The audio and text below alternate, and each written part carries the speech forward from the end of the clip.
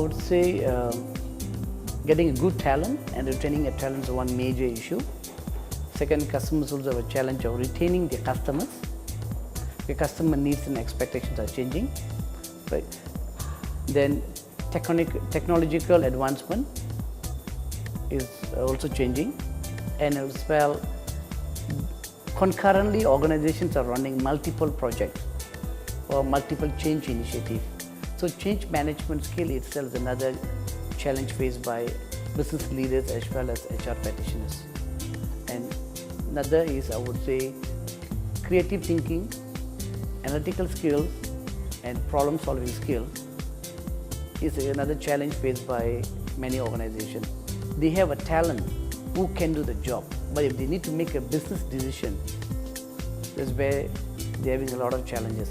And a lot of business employees as well, or even business leaders, they have all the information. They have all the information, facts and figures, a lot of data, but they need to have the guts to make a decision.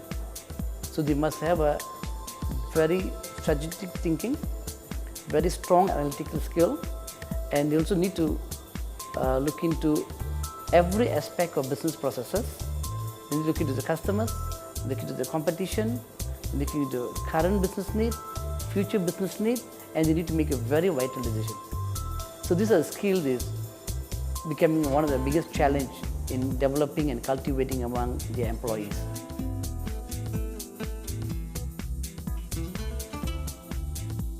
Getting a good talent, a competent talent is a challenge. So when you have a good talent working for you, you need to have a strategy. How strategy to retain them in the organization. Because when talking about once we hire a talent, the management will put in a lot of time, effort and energy to train them. And when they have a mentor who's spending time to groom this junior talent, it's all cost for the business. So once they train, largely the millennials, right? They want to have a better pay, right? They want to explore many new things. From the ICT industry, they may go into oil and gas industry. From oil and gas industry, they may go to hotel industry. They are very adventurous. But what can hold them back? What are the strategy we need to have to retain them within the organization? Therefore, every investment on the employee can give the organization good ROI. That's one.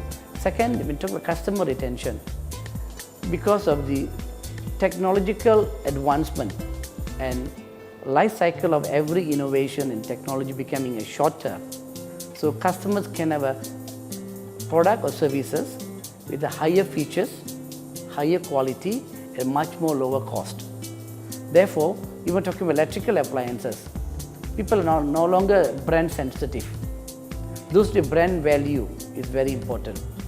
Nowadays, brand value is no longer important. Customers talking about customer experience. Does the product or service is giving me value? So, and then in a digital space, customers have a lot of information about alternative products. Customers can look into the past customers' review about the product and services they have experienced. So the decision-making process itself has changed. Last time customers would walk into the showroom, they walk into the shops or outlets to find out more detail about the products. Nowadays, everything from their mobile phone. They look into the product features, when the product was launched, who are the competitors available in the market, when the new product launch going to take place, how was the past customers' experience from the product, from the services, after sales services as well. So the decision making process becoming more complex, and customers are well informed compared to 10 or 15 years ago. So how are we going to retain a customer? Because the customer's needs constantly changing. Customers becoming more and more demanding. So if you can retain a customer, and you can grow your business. Therefore, customer retention as well talent retention, one of the key elements for organizational sustainability and growth.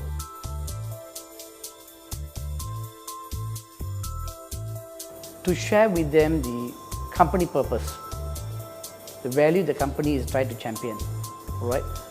Tell them, give them a lot of coaching, hand-holding, show them exemplary leadership qualities, and creating very conducive work culture and an environment for the millennials to work is very vital to retain them. Some millennials, it's not because they're leaving the organization because of the pay, maybe because of other reasons.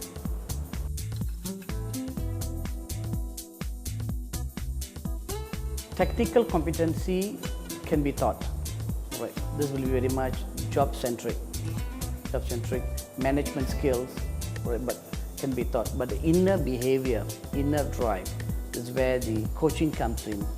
This is it very much like somebody to guide them, but the drive must come from within.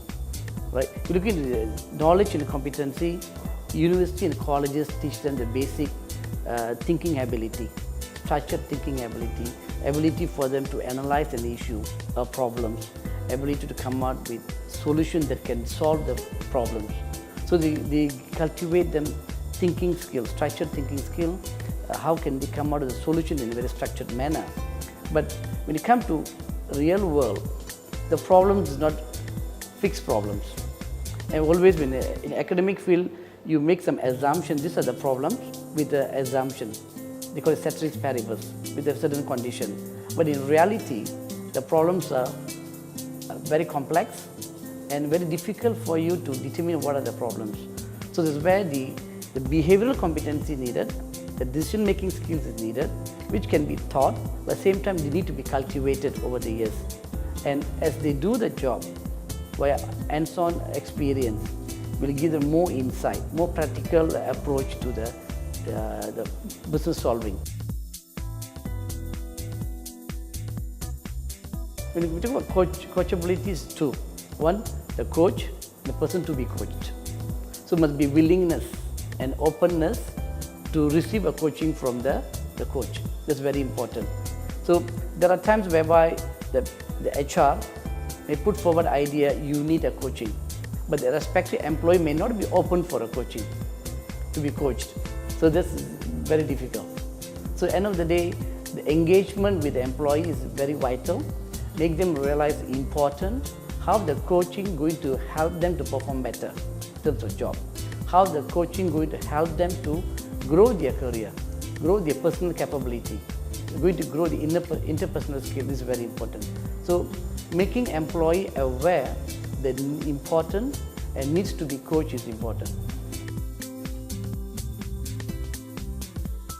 When we started off in 15 years ago, when employers not willing to spend money on getting the people to be certified in the industry certification, because they worried that the employee may leave when they better qualified.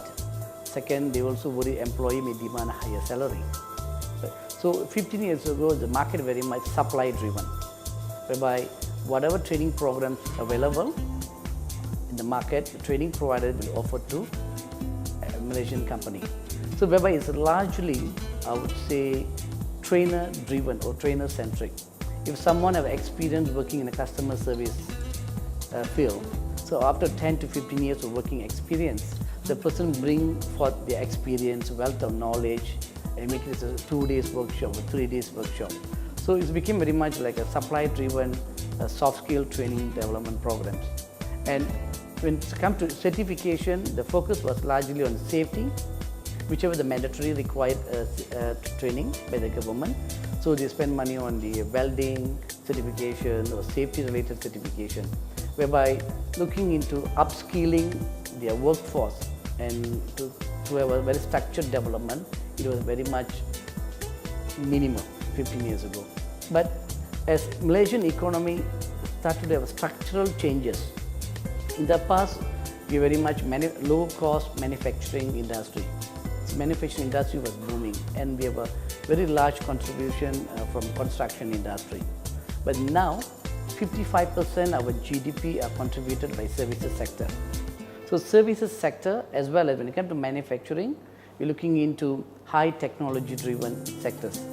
So both sectors require knowledgeable and skilled and professional workforce. So because the industry nature has changed, there are more opportunity to work in a biotechnology related companies. So more the business process outsourcing, health tourism, education, electrical and electronic sectors becoming more and more niche and more of a competitive advantage. So therefore, the industry in Malaysia require workforce who are very skillful, very knowledgeable, and they have a good competency compared to other workforce in the region. So the market needs has changed at the moment. It's constantly changing because future jobs are changing. So even now, colleges and universities producing graduates without realizing that what's going to be the future jobs. And 5 years ago, nobody talked about big data science, big data analytics, but it's becoming more and more predominant. A lot of job opportunities available in data science, but our colleges, university never teach their students about big data. So similar nature, because a lot of industry, every industry can be healthcare, can be manufacturing, can be services sector, is largely automated and driven by technology. So when this driven by technology, we're talking about virtual reality, artificial intelligence, digital automation is constantly changing and evolving. So therefore, workforce need to be very agile. They need to continuously learn new skills so that they still remain relevant in the industry. Therefore, they get employed. They also can demand higher salary. Before starting K-Pintar, I was working in a French pharmaceutical company as a product manager. Something which is very exciting and challenging. But from my university days, I was helping out a lot of underprivileged children who can't afford to go for a tuition, who can't afford to buy books. So I used to help out an NGO whereby we travel nationwide, teach these underprivileged children to do well in their academics. Those two we call SRP, SPM and sort of things. And while I was busy working, I felt some sort of emptiness inside me. I wanted to give back to the society. And I always feel like sharing a knowledge, imparting a knowledge is more valuable than giving anyone money. So this is something which is very close to my heart in education and training. That's how it made me to start a K-Pintar way back in 2002. So we have evolved over the years. When we started off in 2002, we focused into supply driven. So we became a training outfit.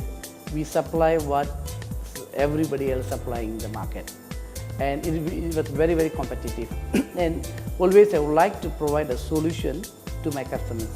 So based on that, we did a lot of research and studies. And after reading the World Bank report in 2010 saying that Malaysia only have 25% skilled workforce, then we realized it's important to provide demand and need-based training program for a Malaysian workforce. Then we realized that there's an opportunity and there's a need to upskill Malaysian workforce. So we started Center for Professional Certification, whereby we offer various, either by industry-specific or job-specific certification program, which are recognized by employers and recognized globally. So such as we offer Australian Human Resource Institute HR certification program, we offer SAP ERP certification program, we offer business analysis certification, we offer variety of IT certification, cloud computing, big data, facilities management. We have more than 10 over certification program. Recently we add on innovation certification program to offer the Malaysian market. So when we talk about certification program, we wanted to ensure we are able to provide something that's needed by the industry to solve their business problems. So we have Center for Professional Certification, which focus into industry and globally recognized certification. Another offering we have, we call it Center for Executive Development.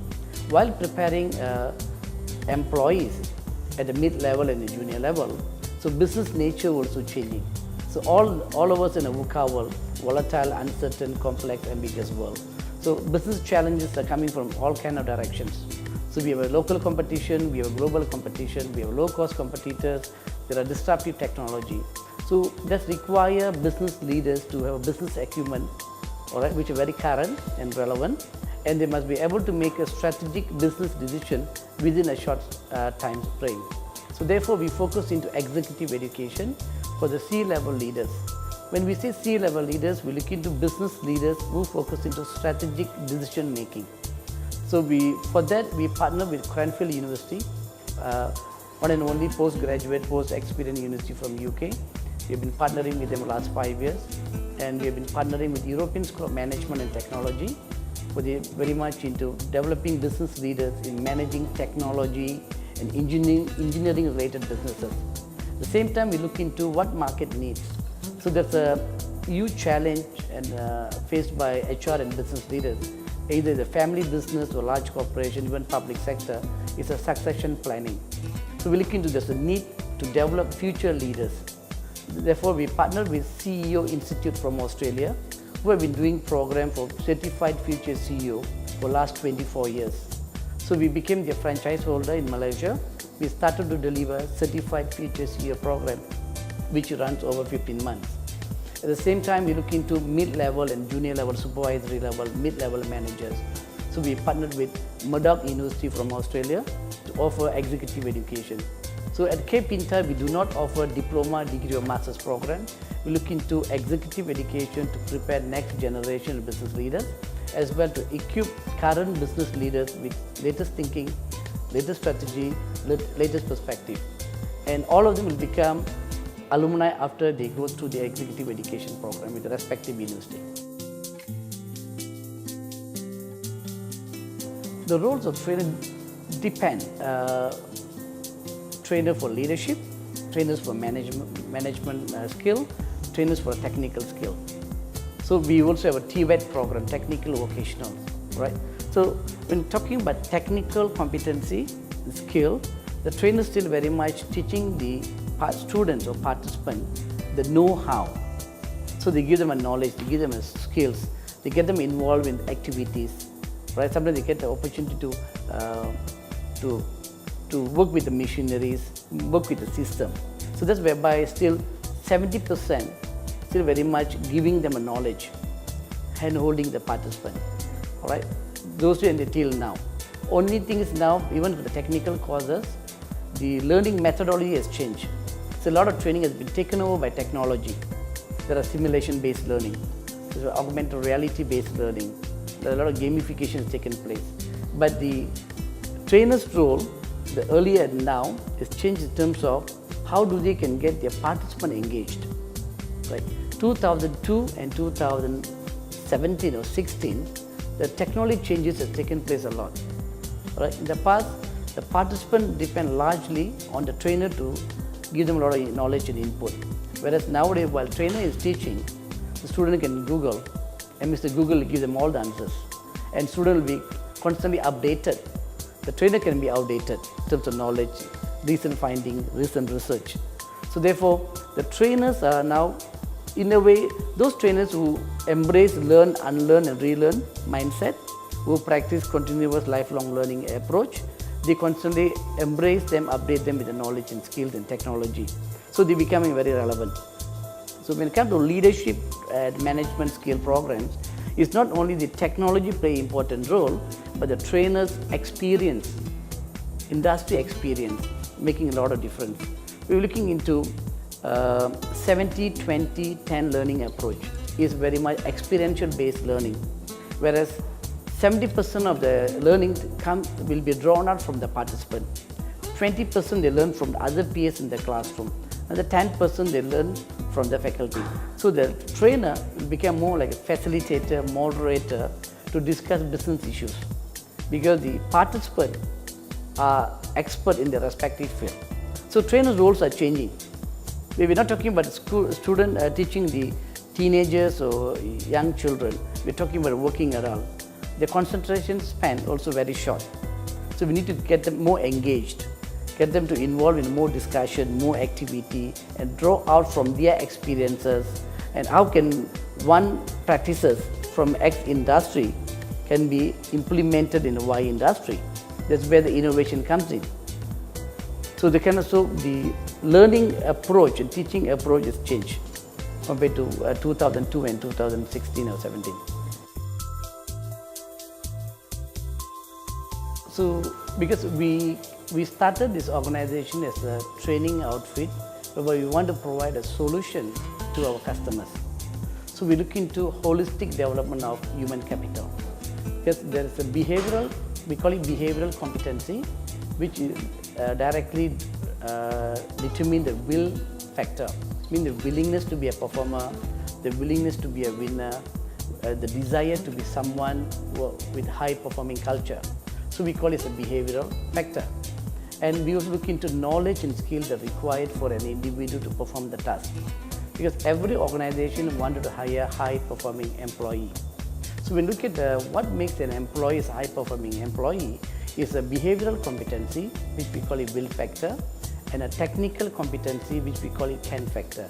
So for an individual to be a high performer, so you must have a passion, motivation, drive to be a high performer, which must be supported by knowledge and skills. So both make an individual to be a high performer. That's why because we're looking into totality of the human capital development, we want to enhance their capability regardless of behavioral competency or technical competency.